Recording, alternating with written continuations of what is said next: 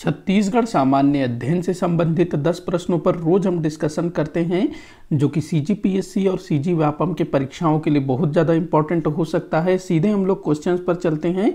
तो भाई आज का पहला क्वेश्चन है, वर्ष 1921 में असहयोग आंदोलन के समय छत्तीसगढ़ में किन राष्ट्रीय स्तर के नेताओं का आगमन हुआ था। तो देखो 1920 में महात्मा गांधी जी हमारे छत्तीसगढ़ में आए थे। उसके बाद 1933 में भी महात्मा गांधी जी का छत्तीसगढ़ में आगमन हुआ था। लेकिन महात्मा गांधी जी के अलावा और भी राष्ट्रीय स्तर के नेताओं का हमारे छत्तीसगढ़ में समय समय पर आगमन होता रहा है।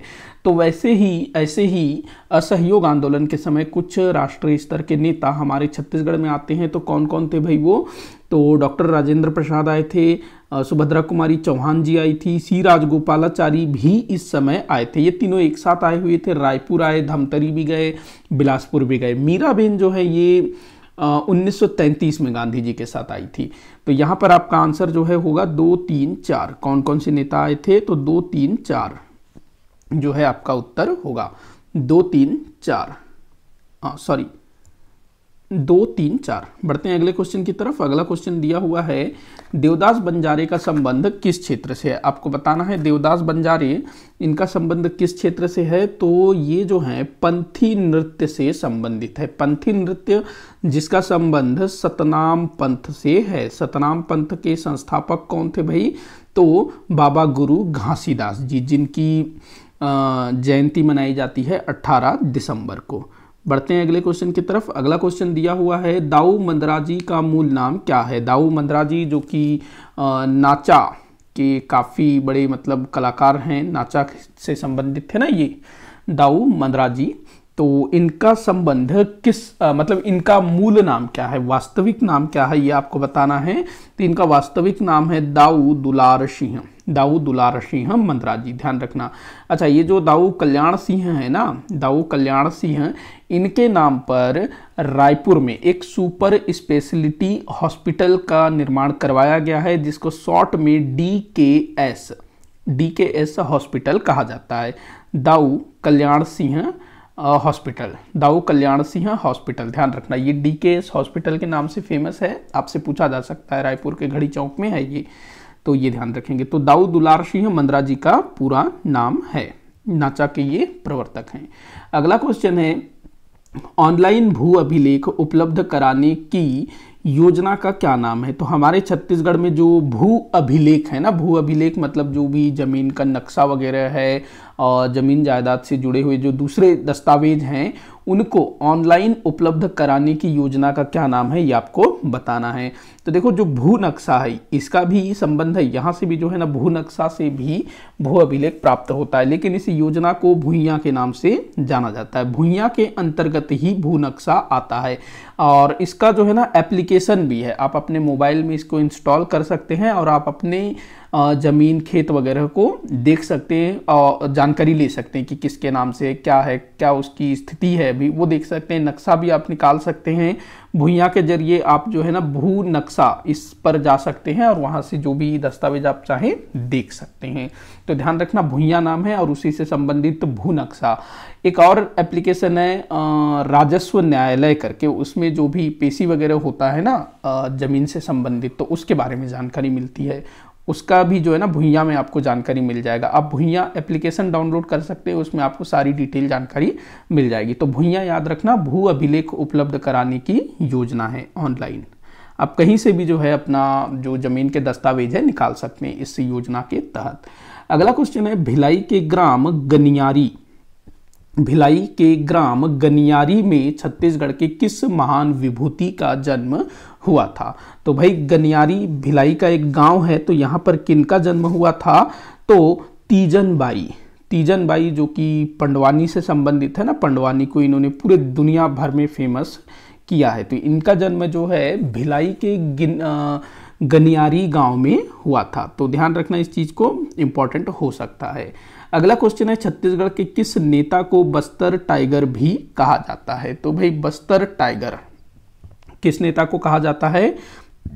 माफी चाहूंगा, अरविंद नेताम, ये भूतपूर्व मंत्री रह चुके हैं अरविंद नेताम। चेंद्रू राम मंडावी, ये नारायणपुर से संबंधित हैं। चेंद्रू राम मंडावी नारायणपुर, इनको जो है ना चेंद्रूराम मंडावी को टाइगर किड कहा जाता है।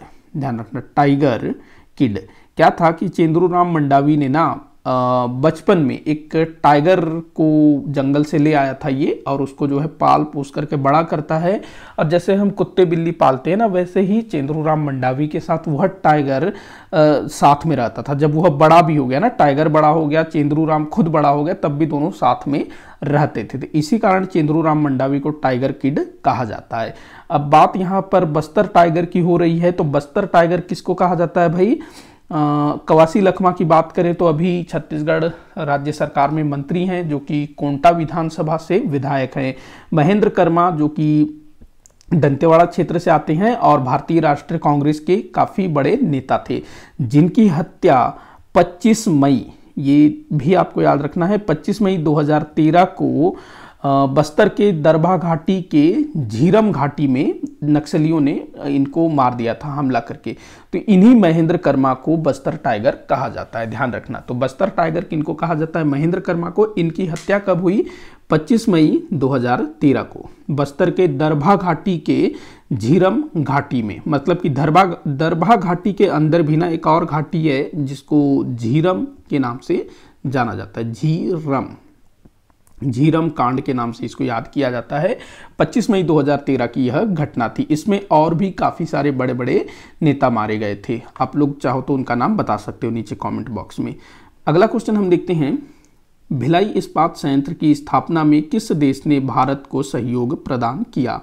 तो भाई भिलाई इस्पात संयंत्र की स्थापना में सोवियत रूस ने भारत की मदद की थी, और भारत और सोवियत रूस के मित्रता के निशानी के तौर पर भिलाई में मैत्री बाग स्थापित किया गया। आज भी है ना भिलाई में मैत्री बाग। तो ये जो है रूस और भारत के मित्रता के प्रतीक के रूप में इस बाग की स्थापना की गई थी। अगला क्वेश्चन देखते हैं, छत्तीसगढ़ राज्य में लागू पंचायती राज व्यवस्था का स्वरूप कैसा है? तो छत्तीसगढ़ में पंचायती राज व्यवस्था अगर हम बात करें पूरे भारत में, तो पूरे भारत में मध्य प्रदेश सहित छत्तीसगढ़, मतलब कि अविभाजित मध्य प्रदेश पंचायती राज व्यवस्था को लागू करने वाला पहला राज्य था। तो यहाँ पर जो है पंचायती राज व्यवस्था का त्रिस्तरीय स्वरूप लागू है। त्रिस्तरीय स्वरूप मतलब कि हमारे यहाँ ग्राम पंचायत है, सबसे पहले ग्राम पंचायत होता है, फिर जनपद पंचायत, उसके बाद जिला पंचायत। वही कुछ स्थानों पर ना, कुछ स्थानों में 4 स्तर भी देखने को मिलता है। बीच में ना मंडल पंचायत ऐसा कुछ होता है, और कुछ स्थानों पर केवल 2 स्तर होते हैं। तो ध्यान रखना। तो हमारे छत्तीसगढ़ में 3 स्तर हैं, ग्राम पंचायत, जनपद पंचायत, जिला पंचायत। नगरीय निकाय व्यवस्था में भी ऐसा ही है। नगर निकाय में भी ना 3 स्वरूप है, नगर पंचायत, उसके बाद नगर पालिका, उसके बाद फिर नगर निगम। सबसे पहले नगर पंचायत, उसके बाद नगर पालिका, उसके बाद फिर नगर निगम नगरीय निकाय में। और पंचायती राज व्यवस्था में ग्राम पंचायत, जनपद पंचायत, जिला पंचायत। ध्यान रखना त्रिस्तर है। कुछ स्थानों पर 4 और 2 भी देखने को मिलता है। आप लोग चाहो तो कमेंट बॉक्स में बताइएगा कि किन राज्यों में पंचायती राज व्यवस्था के 4 स्तर लागू हैं और किन राज्यों में 2 स्तर लागू हैं। अगला क्वेश्चन देखते हैं, रेलवे पुलिस का मुख्यालय कहाँ स्थित है? तो रेलवे पुलिस का मुख्यालय रायपुर में स्थित है। ध्यान रखना, जो रेलवे जोन है ना वो बिलासपुर में है, लेकिन जो रेलवे पुलिस का मुख्यालय है वो रायपुर में है। तो काफ़ी सारे काफ़ी सारे बच्चे कंफ्यूज भी होते हैं, बिलासपुर टिक कर देते हैं। अगला क्वेश्चन है जो कि इस वीडियो का आखिरी क्वेश्चन होगा, रायपुर जिले में खारून नदी के तट पर लगने वाला प्रसिद्ध महादेव घाट का मेला कब आयोजित होता है? तो रायपुर में खारून नदी के तट पर महादेव घाट स्थित है, भगवान शिव जी से संबंधित है। तो यहाँ पर प्रतिवर्ष भव्य मेले का आयोजन होता है। कब यह मेला लगता है भाई? ये मेला आने वाला है दिवाली के बाद, मतलब कार्तिक पूर्णिमा के दिन महादेव घाट का मेला लगता है। तो अगर आप लोग रायपुर और उसके आसपास रहते हैं तो आप लोग इस मेले का आनंद ले सकते हैं। तो इसी के साथ आज का ये वीडियो यहीं पर समाप्त होता है। आप लोग मुझे कमेंट करके बताइएगा कि आपसे कितने क्वेश्चन सॉल्व हुए।